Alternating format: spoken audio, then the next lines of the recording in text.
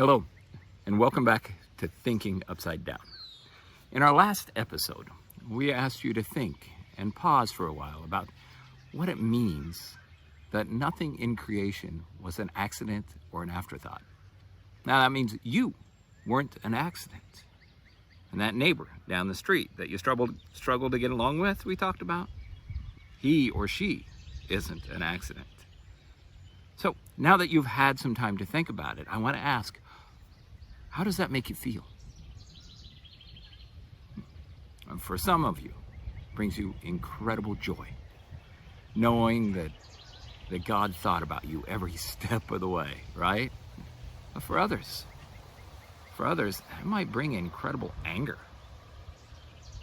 It might make you really sad. You can't believe that God really wanted you around, or you wish he wouldn't want you around. You know, for those of you who feel that way, man, I'm sorry. The reason you're feeling this way is, well, it's a part of a big lie that you've been fed, that I'm going to talk more about in another episode down the road. But for now, I hope you can stick with us. I hope you can pay attention and listen and learn, because we're going to start talking about God's creation and what he was doing as he created every facet of heaven and earth. As we're reading through Genesis 1, and we see that God has moved into creation, as in he started to create the heavens and the earth, we watch how he does it as he divides it up into each individual day, right? So God first creates the light. Then he separates the light from the darkness. He looks back at everything that he just created on day number 1. He says, it is good. Then he moves on to day number 2, and God creates the heavens. He looks around. It is good. The heavens are good. Then he moves on and he creates the fruits and the vegetables. He looks at every fruit and vegetable that he created at the end of day number 3, and he says, it is good. It is good. And then he moves on and he separates the day from the night, creating the sun, the moon, and the stars. Now, what does he do when God creates the sun, the moon, and the stars? He's creating order.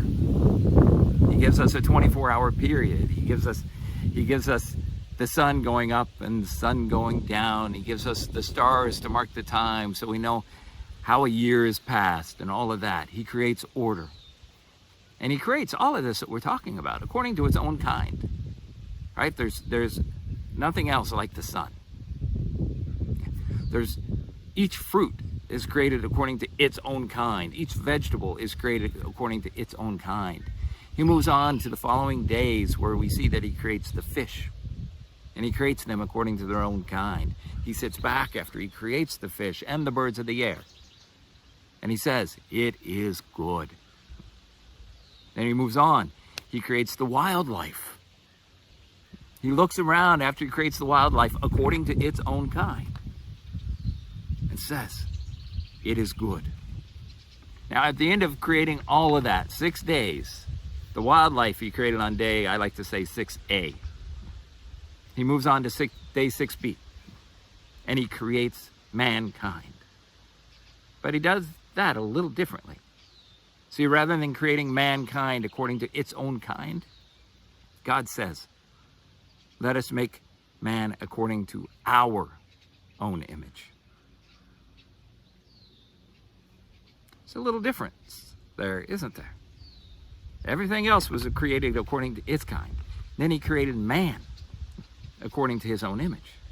Why? We'll get back to that in a minute. But then there's one other difference after he creates mankind. See, after everything else that God created, he stood back. He looked around at his creation, and he said, it is good. But man, he didn't. Now, growing up, I was taught that God didn't say it is good with man. Instead, God said it is very good. But that's not what he did. I mean, they're talking about later on in verse 31, I believe it is, in Genesis, where God said is very good. And that's after he looks back at all of his creation, everything that he's just made. And he says, it is very good. But with mankind, he never does. Why? Well, I have a little story I want to tell you. And hopefully this will help get the idea across as to why God didn't recognize us as very good when he created us, or at least didn't say it is very good. See, a number of years ago, my wife and I, we found out that we were about to have a baby. Now, when we first got the news that we were going to have a baby, we were, of course, just overjoyed. We instantly called all of our family. No, that's not right. We got in our car and we drove to our family's homes, drove to each of our parents' homes, drove to our sisters' homes, our siblings' homes, and we told them face to face that we were about to have a child. Now, a little bit of time goes by and we have an ultrasound. In the middle of this ultrasound, we find out what sex our baby's going to be. So what do? We do what everybody does nowadays, right? We have a gender reveal party. But instead of inviting all of our friends in the neighborhood and all of that, we had a smaller private party with just our family. And what we did to reveal the sex of our baby was we created a little game. Okay. Now this game, we put up a board. On one side of the board, it was blue, and it had 3 letters that would spell out ultimately B-O-Y, boy. The other side of the board was pink, and it had 4 letters that would ultimately spell out G-I-R-L, girl. Then we had a box with letters in it. And we had our nieces and our nephews go and draw letters of the box and put them in the appropriate place. So if they drew a boy, they'd hang a B, they'd hang up B. If they drew a G, they'd hang it in the G slot. And we left the key letter out of the wrong gender, so we wouldn't accidentally spell the wrong gender, right? Okay, so we do this one at a time, draw it out, and it worked out perfectly when we were doing this game. On the boy side, we had B-Y. All we needed was an O, and we knew we'd have a boy. On the girl side, we had G-I and L. All we needed was that R, and we knew we'd have a girl.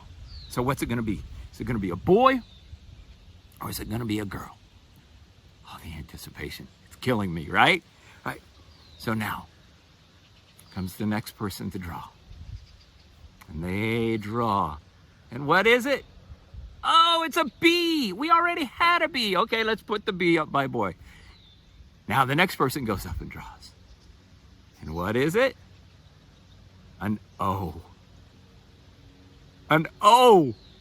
We hang it up and we spell boy. We're about to have a boy.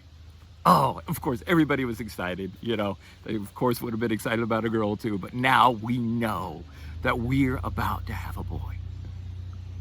Uh-oh. We're about to have a boy. We're not ready for a boy. What are we going to do? Well, we go home and we have to figure out where the nursery is going to be, right? So we go and we lived in a 2-bedroom. So I lost my office in exchange for the nursery. Okay, or at least I shared my office with the nursery for a while. And now we have to start painting the walls. So we figure out what color we're gonna paint it, and we get out that paint and we paint the walls. Boom, boom. Oh, it's beautiful. We stand back after we finish painting the room, and my wife looks at me. She says, Larry, what do you think? good. I think he's gonna like it. So now that the painting's done, you have to go about buying a crib, right? And getting his furniture for the office, you know, his furniture, and his dresser and all of that. So we go out and we buy everything and get it set up in the office. And after it's set up where it's supposed to be, we sit back and we look at it. And my wife once again says, Larry, what do you think? Oh, I think it's good. He's gonna like it. Decorations. We need decorations. So we go out and we figure out what theme the room is going to be, and we get the decorations to fit the room. We hang up all the walls, hang them up on all the walls, and now we sit back and we look at it again, and my wife once again looks at me and says, Larry, what do you think? Oh, it's good. He's going to love it. We need to get the blankets. We need to get the pillows. We need to get all of the comfort stuff for his room, right? We've got to buy clothes. He needs clothes. So we go out and we buy that stuff and we get them and put it all up. And once again, she looks at me and says, what do you think? I go, oh, it's good. He's going to love it. And now the shower. I can't forget about the baby shower. You know, that event where you sign up to get all these gifts, and you get all these gifts that you think your baby's going to need, and then you get all these gifts that you never knew your baby was ever going to need, and you get them, and now that I have them, I have to organize them. So we figure out how to organize them, where to put everything, hang up things, have more stuff than we think we'll ever need, have the baby monitor over there, and all of this stuff. And my wife looks at me, says, Larry, what do you think? It's good. He is going to love it. And then the day comes that we bring our baby home. It doesn't take long for us to give him a tour of every room of the house, even though he has no idea what's going on, right? And we walk into his room and we show him his room. Lay him down in his crib for just a second so he can see what he looks like in his crib, right? And my wife asked me, Larry, what do you think? Oh, it's very good. He's gonna love it here.